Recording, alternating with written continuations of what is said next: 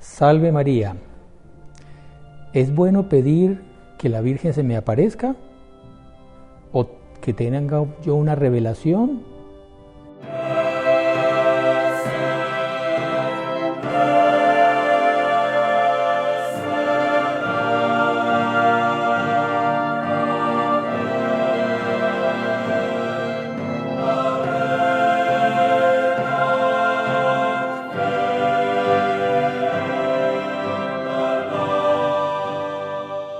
Bueno, este es un tema muy interesante y muy importante que lo conozcamos. Es un tema que estudia la teología y todo lo que son apariciones, profecías, levitación, estos fenómenos místicos extraordinarios, es como los califica la teología.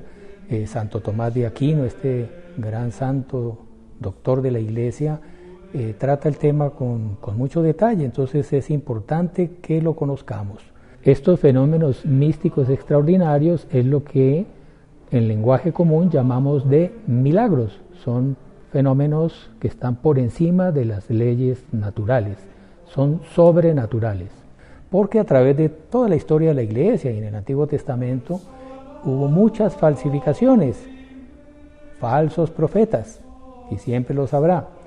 Entonces vamos a ver de una manera muy resumida, porque es un tema muy amplio, en qué consisten esos fenómenos místicos extraordinarios.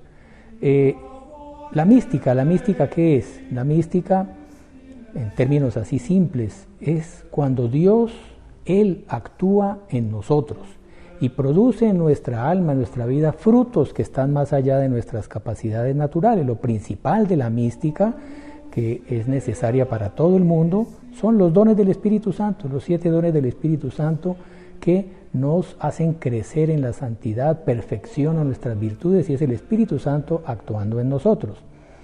Pero entonces hay estos otros fenómenos extraordinarios que en términos técnicos se llaman las gracias gratis dada, o sea, son gracias que Dios da, como dice la palabra, gratis. No las merecemos, ni nos hacen mejores, eso es importantísimo. No nos hacen más santos. Si yo tengo una revelación, si la Virgen se me aparece, si yo entro en éxtasis, es obra de Dios, es mérito de Dios, no es mérito mío. Eso a mí no me hace más santo y más perfecto. Entonces ese es un punto importante. Por eso grandes místicos santos, Santa Teresa de Ávila, San Juan de la Cruz, recomendaron no pedir estos tipos de gracias y esperar a que Dios tome la iniciativa. Muchos santos las tuvieron, muchísimos otros santos no las tuvieron. Hubo santos que no hicieron milagros. La santidad no consiste en hacer milagros ni en que la Virgen se me aparezca. Como digo, eso es mérito de Dios.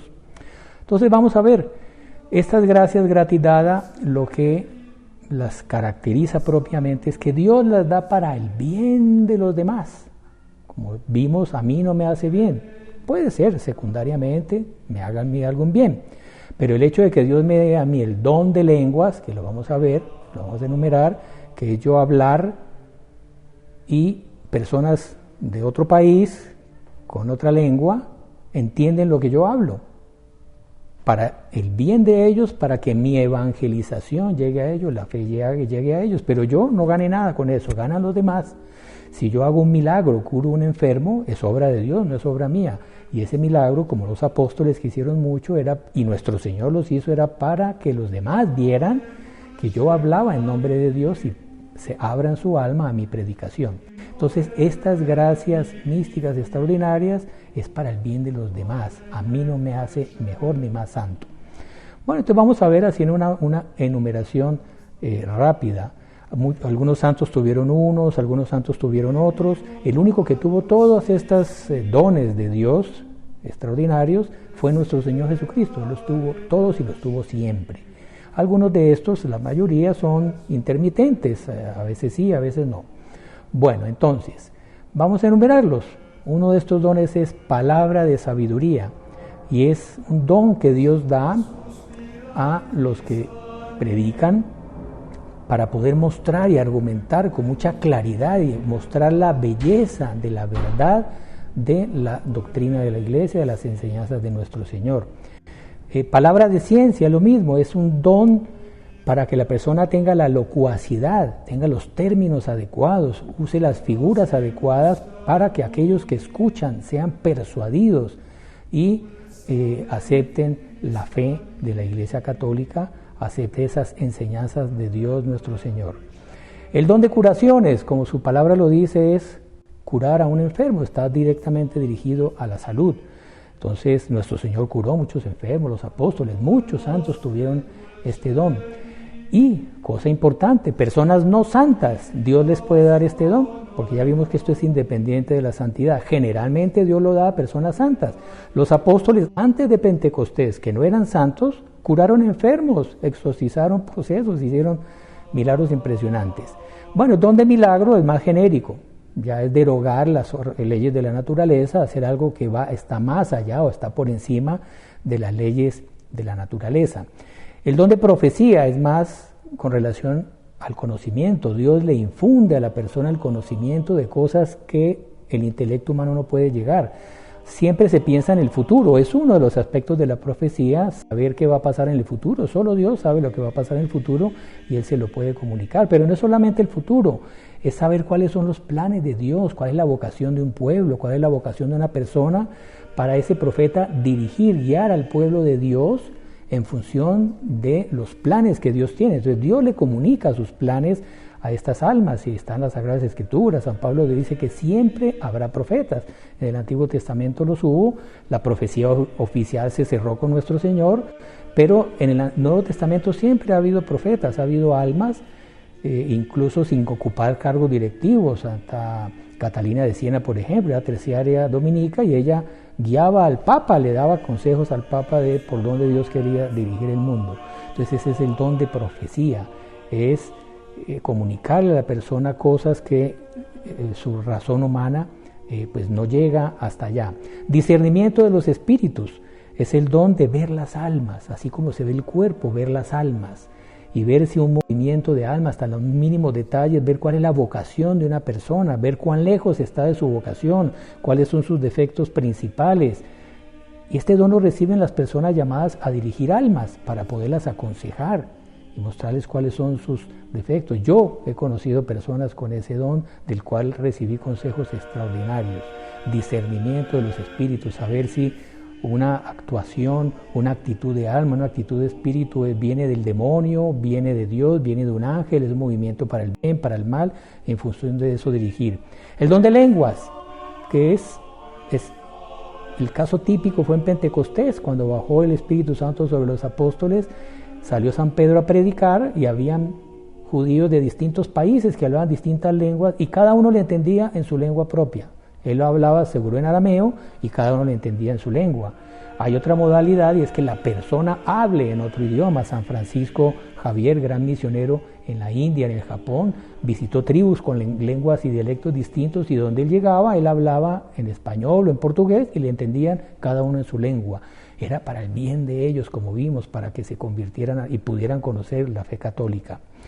Y vemos un don que está descrito en los Hechos de los Apóstoles, la interpretación de las lenguas, porque a veces en esa comunidad cristiana primitiva alguno recibía el don de lenguas y rezaba o profetizaba en otra lengua y nadie le entendía. Entonces Dios, el Espíritu Santo, le daba el don a otra persona de saber interpretar esa lengua extraña en la cual el otro estaba hablando. Bueno, también podemos ver las visiones, una visión. Los pastorcitos de Fátima, por ejemplo, tuvieron una visión. Es con el sentido de la vista, visión, es ver algo que los ojos materiales no permiten. Entonces ver a la Virgen subió en cuerpo y alma al cielo. Entonces aquí también hay varias modalidades. A veces es el santo propiamente que, se aparece, ahí también los teólogos discuten. Santo Tomás dice que nuestro Señor Jesucristo, Él nunca volvió a la tierra, Él solo volvió a la tierra o vuelve a la tierra en la presencia eucarística. Cuando Él se aparece, o la Virgen se aparece, un santo se aparece, la Virgen está en el cielo, nuestro Señor está en el cielo, su cuerpo físico. El cuerpo de un santo está en el cementerio, ya se hizo polvo. Entonces es una representación física que hacen los ángeles con una concentración de gases, de luminosidad, que los ángeles pueden manipular eso representando a la Virgen. O puede ser una visión imaginaria, porque los pastorcitos estaban con mucha gente y solo los pastorcitos veían a la Virgen, las demás personas estaban ahí y no veían. Entonces lo más probable es que haya sido algo en la mente de ellos que Dios produjo esa visión representativa, o puede ser algo simbólico como los sueños de José, que él veía unos gavillas de trigo inclinándose en una que quedaba en pie y le decía a los hermanos que ese era él, que ellos iban a inclinarse delante de él. Entonces son figuras. También puede ser en un sueño, en los sueños Dios en la imaginación puede actuar y comunicar esta visión. También puede haber una locución. Bueno, Dios en las visiones, Dios puede comunicar ya pensamientos, también conocimientos que a los cuales el hombre no tiene acceso, sería lo de la profecía que vimos antes. Están las locuciones, que generalmente las visiones van acompañadas de locuciones. Locución es el oído, es escuchar una palabra que puede ser una voz física que se escuche o puede ser también en la imaginación. Entonces muchos profetas escucharon palabras de Dios. Nosotros tenemos que estar atentos porque el Espíritu Santo habla mucho y no que uno escuche la voz física, pero nos muestra cosas. El ángel de la guarda es lo que se llama la palabra interior. El Espíritu Santo continuamente nos habla de eso. Es algo que no es tan extraordinario. El Espíritu Santo nos guía con esas voces interiores. Pero al final vamos a ver lo que es el discernimiento. También podemos ver las revelaciones. Revelaciones, revelar, es quitar el velo de algo que es misterioso, que no está al alcance del hombre, y Dios lo revela. Entonces, por ejemplo, el Apocalipsis, que son visiones de imágenes, muchas figuras, el Apocalipsis está lleno de figuras, en las cuales Dios les reveló a San Juan y a través de él a la iglesia, en este libro del Apocalipsis, el último libro de la Biblia, y donde, en fin, habla de acontecimientos que vendrán al fin del mundo, la historia de la iglesia, la historia de la salvación, y son cosas misteriosas que Dios nos revela, que pueden ser proféticas o pueden ser de otras cosas. Bueno, en cuanto a revelación es muy importante el siguiente punto. Existe la revelación oficial, lo que Dios oficialmente le comunicó a la humanidad.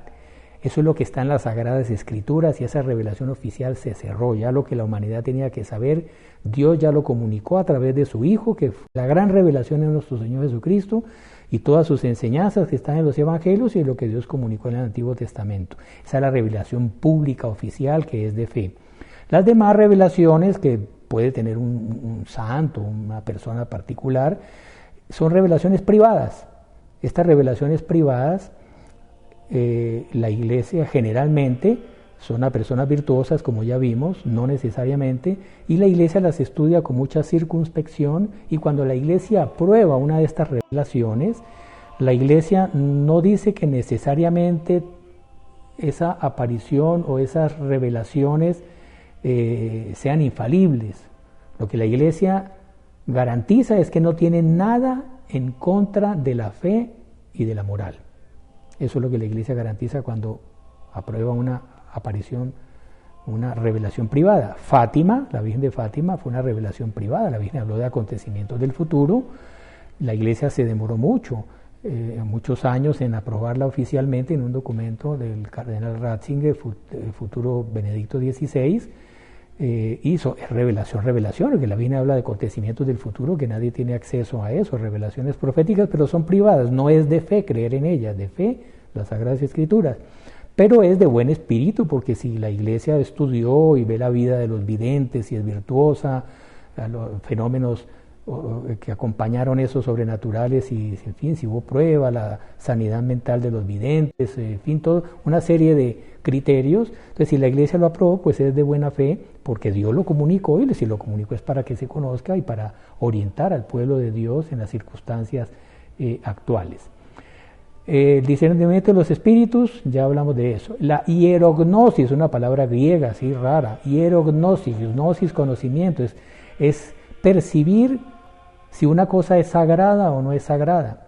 Entonces hubo muchos santos que tuvieron este don, o místicos que no han sido canonizados, pero que están en proceso, murieron en el oro de santidad, que tenían este don. Entonces, por ejemplo, venía un sacerdote vestido de civil, sin decir que era sacerdote, se acercaba a esta persona y la persona inmediatamente se arrodillaba, le besaba la mano, se emocionaba y distinguía que era un sacerdote. Luego venía un civil disfrazado de sacerdote y ni lo volteaba a mirar.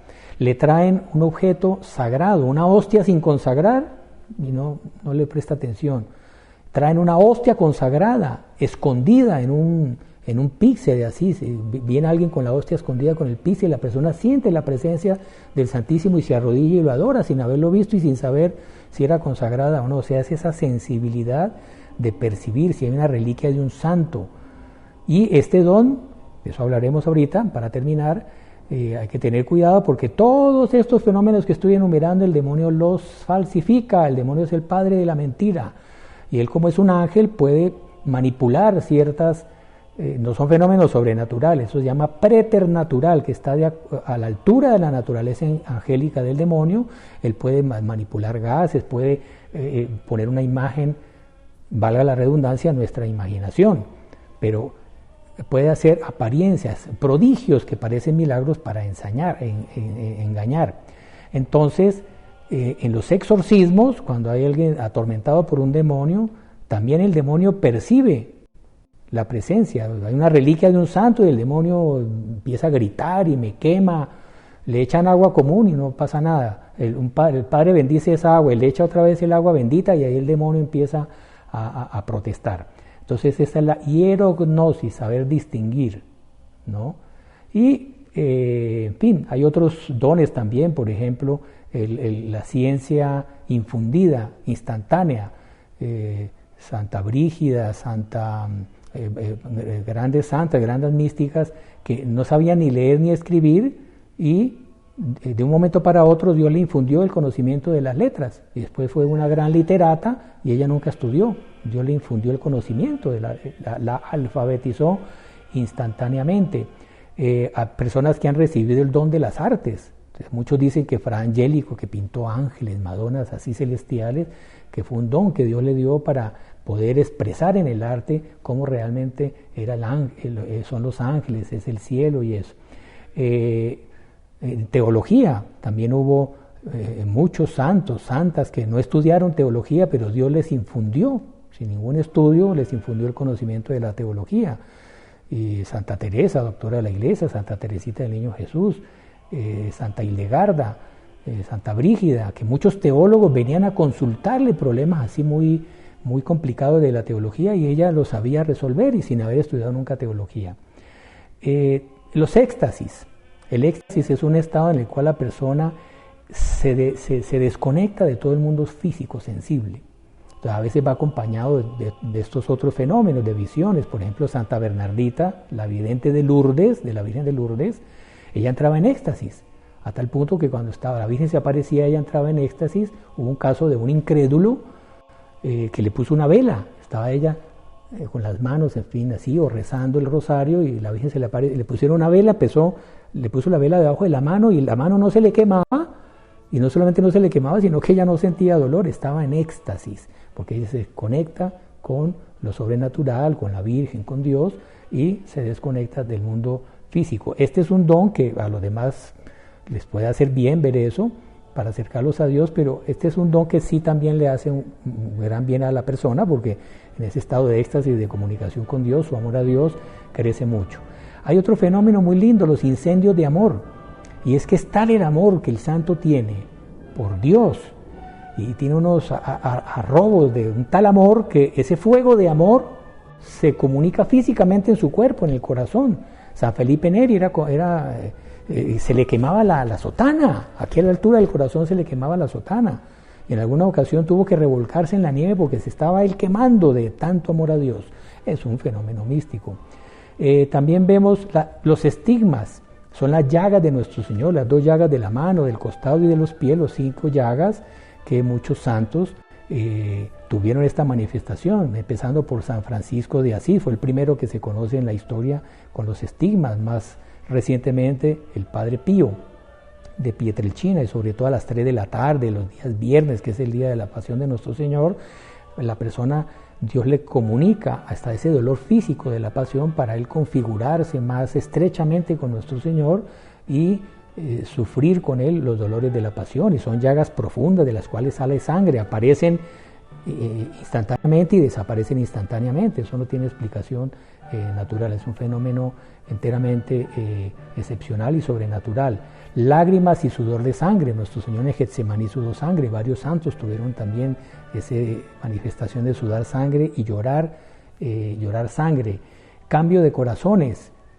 Hubo varias santas, varios místicos que nuestro Señor se aparecía y nuestro Señor se sacaba su corazón, le ponía el corazón al místico y sacaba el corazón y se lo ponía a él. Es algo evidentemente simbólico, porque el corazón de Jesús es divino y está en el cielo con su cuerpo santo, pero es incluso quedaban cicatrices en el cuerpo de estos santos para mostrar esa infusión del amor. El corazón es símbolo del amor de nuestro Señor Jesucristo infinito, y es como que una comunicación de ese amor a la alma santa. La inedia es ayuno prolongado. Una persona, no sé, más de 2 meses y poco, no aguanta sin comer y se va debilitando. Muchos santos vivían solo de la Eucaristía o comían muy poco, pasaban más de 3 meses o años enteros. Santa Catalina de Siena pasó años enteros viviendo solo la Sagrada Eucaristía y sin perder la energía. Y lo mismo de la inedia, la vigilia prolongada, o sea, dejar de dormir o dormir muy poco. Hubo personas que dormían 2 veces a la semana, 2 horas a la semana o 3 horas en un mes, y algunos pasaban de largo meses enteros sin dormir. Es un fenómeno extraordinario. La agilidad, que es poderse trasladar instantáneamente de un lugar a otro. Muchos santos tuvieron ese don. Y más que la agilidad, la bilocación, que no es solamente transportarse rápidamente de un lugar a otro, sino estar en 2 lugares al mismo tiempo. San Alfonso de Ligorio es famoso, que él quedó como dormido en la casa donde él vivía durante 2 o 3 días y no se despertaba, y resulta que él estaba en Roma asistiendo al Papa que estaba muriendo.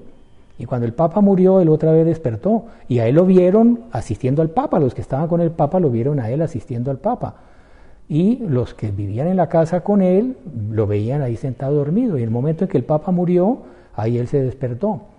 Bilocación, muchos santos estar en 2 lugares al mismo tiempo.